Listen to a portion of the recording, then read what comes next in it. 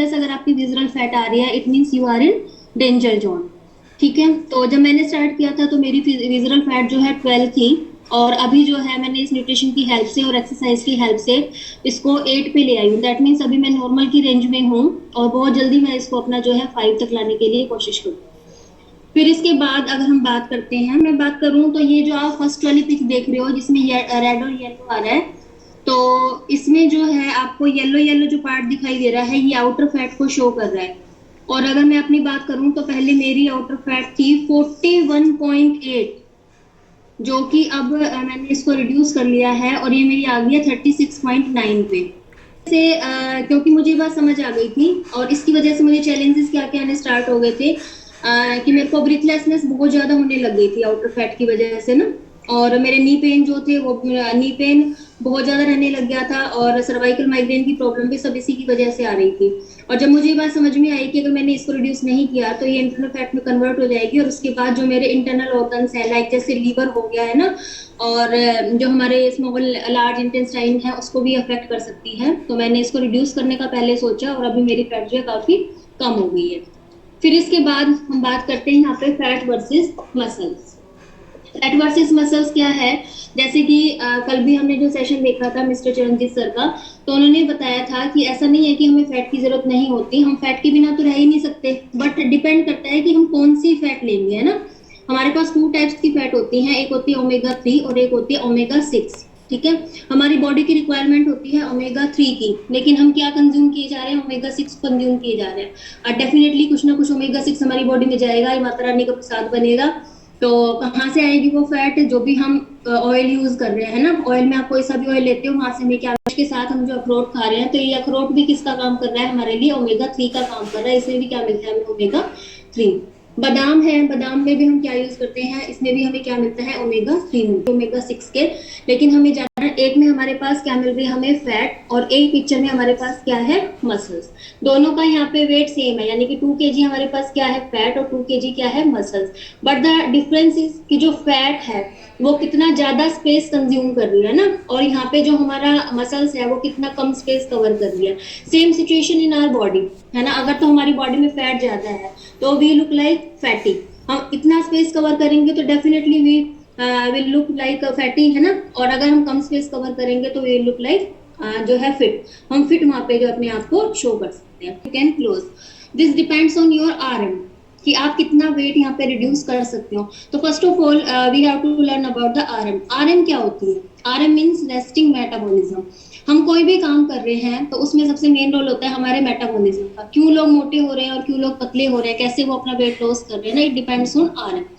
RM क्या होती है कि जो भी हम खा रहे हैं, है ना, what we are eating, that is stored in the form of energy, वो हमारी बॉडी में एनर्जी की फॉर्म में क्या होना स्टार्ट कर देती है, स्टोर करना स्टार्ट कर देती है। ठीक है, जस्ट लाइक जैसे कल हमने फास्ट किया, है ना, हमने एक ही टाइम खाना खाया, लेकिन शाम के टाइम हमें क्या हुआ, हमें हल्की सी भूख लगनी स्टार्ट होगी।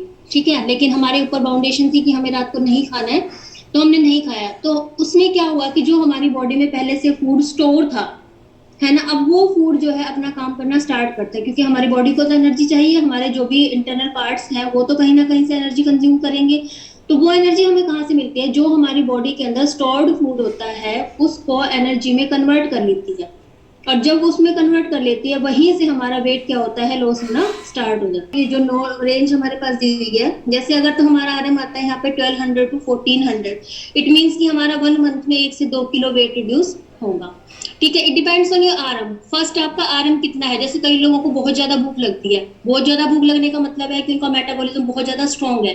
जैसे आप कई बार फील करते हो कि गर्मियों में आपको भूख कम लगती है, कंपैरेटिवली कम लगती है, लेकिन सर्दियां आते आते आपको बहुत ज्यादा भूख लगनी स्टार्ट हो जाती है, क्रेविंग्स बढ़ जाती है ना। जहाँ पे आप गर्मियों में एक पराठा या एक रोटी मुश्किल से खाते हो, सर्दियों में आपको 2 या 3 पराठे की रिक्वायरमेंट होना स्टार्ट हो जाती है। क्यों, क्योंकि वहां पे हमारा मेटाबॉलिज्म फास्ट हो जाता है। तो मेटाबॉलिज्म फास्ट हो जाता है, तो इसका मतलब हमारी बॉडी के अंदर के जो पार्ट्स हैं वो एक्टिव हो रहे हैं, ज्यादा काम कर रहे हैं, ज्यादा एनर्जी को स्टोर कर रहे हैं ना। तो डिपेंड्स, तो स्टार्टिंग में आपका जितना मेटाबॉलिज्म है उसके अकॉर्डिंग से आपको पता लग जाता है कि आपका 1 मंथ में कितना वेट जो है रिड्यूस हो रहा है। न्यूट्रिशन का मतलब ये है कि हम वहाँ पे अपने मेटाबॉलिज्म को स्लो डाउन कर रहे हैं। अगर तो हमारा एक नॉर्मल रेंज के अंदर स्लोअर डाउन हो रहा है, इट मीन्स कि we are losing our weight, we are reducing our bad fat, you can से।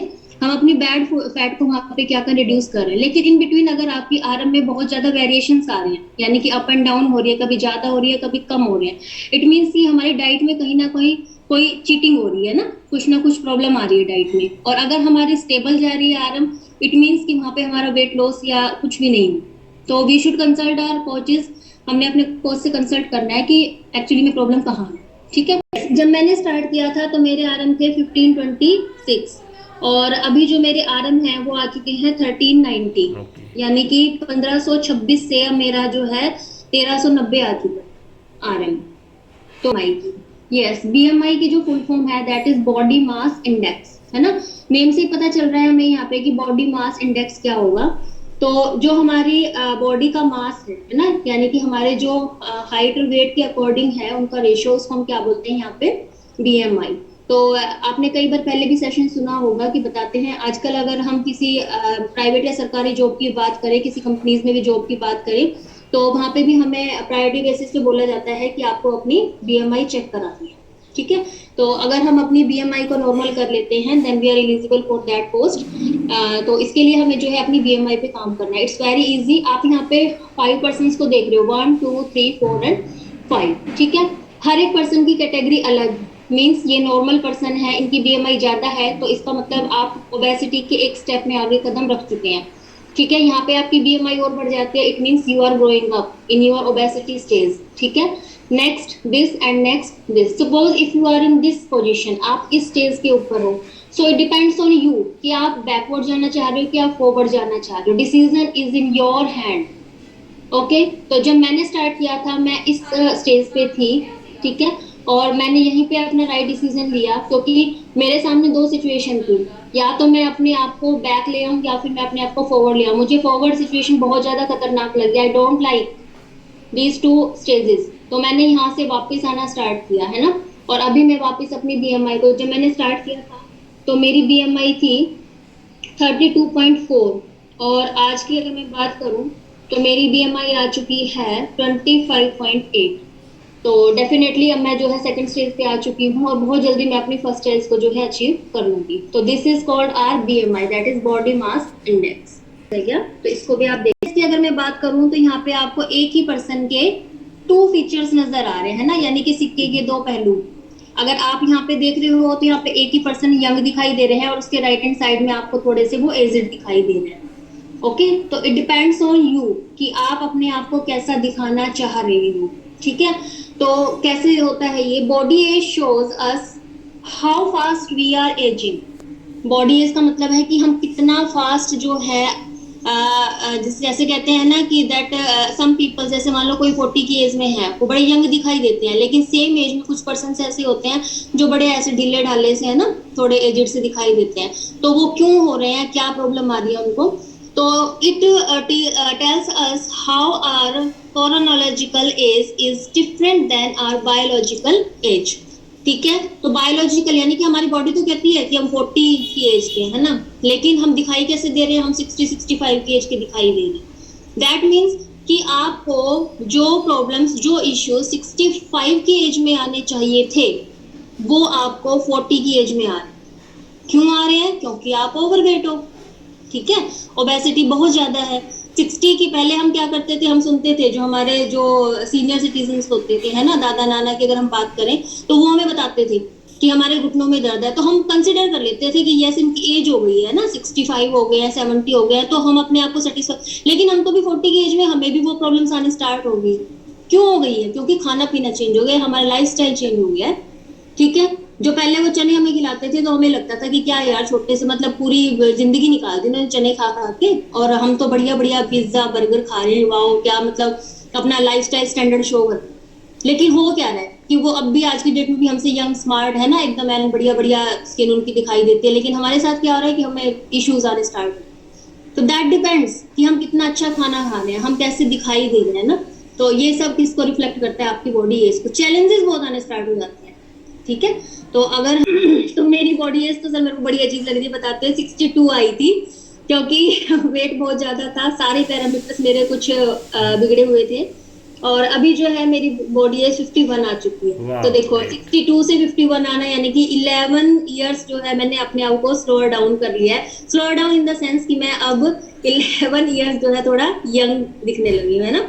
तो ये मेरे लिए बहुत अच्छी बात है। और अगर मैं हो तो ये मेरी ट्रांसफॉर्मेशन है जब मैंने स्टार्ट किया था, अगर आप देख पा रहे हैं तो मैं यहाँ थी, इस सिचुएशन पे थी। और अगर इसको आप थोड़ा सा और अच्छे से देख पाए तो जो मेरी नेक है, इस नेक पे अगर आप देख रहे हो तो मेरे को डबल चिन की प्रॉब्लम आने लग गई थी।